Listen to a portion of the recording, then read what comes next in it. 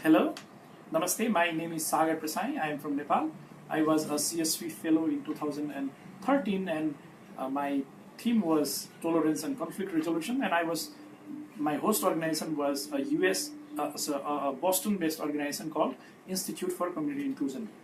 And I am asked by IRX to provide some answers for, they have provided me this set of questions about follow-on project, and I hope to answer them so that it will be helpful for you when you plan for your follow-on project.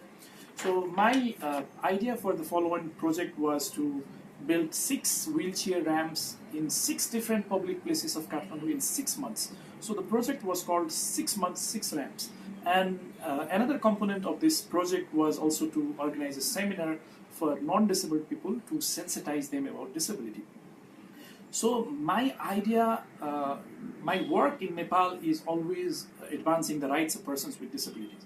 So this project idea, this follow-on project idea also aligns with that the work I'm doing, because the main problem people with disability in Nepal are having is lack of access. So my follow-on project was mainly designed to fill that gap and making at least a few public places in Kathmandu wheelchair accessible, and serve as a model for other public places to become accessible. So another question I have been asked is, how did the work at your host organization and CLI help to change or shape on your follow-on project? So as I told you, I was working on Institute for Community Inclusion, and my work there, I learned that for a disability movement to take it forward, I learned that persons with and without disabilities should work together.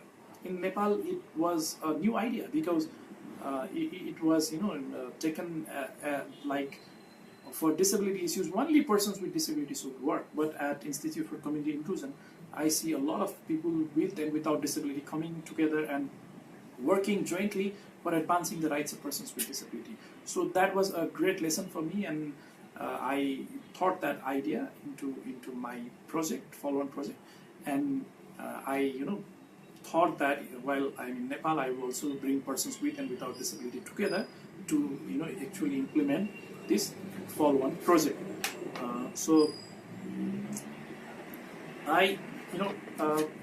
there were a lot of idea while choosing a subject for selecting a follow-on project, because we wanted to do this also, we wanted to do that, we wanted to make schools, and everything. But the main idea was, I saw a similar kind of volunteer-based project in Florida where I was searching the internet, and it was called 6 Days, 6 Ramps, where people from the community would go to the veterans' houses who had acquired disability and is now using wheelchair.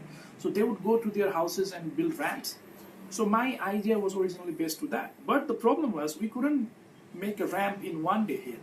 So we changed that to 1 month. So we thought of making 6 ramps in 6 months.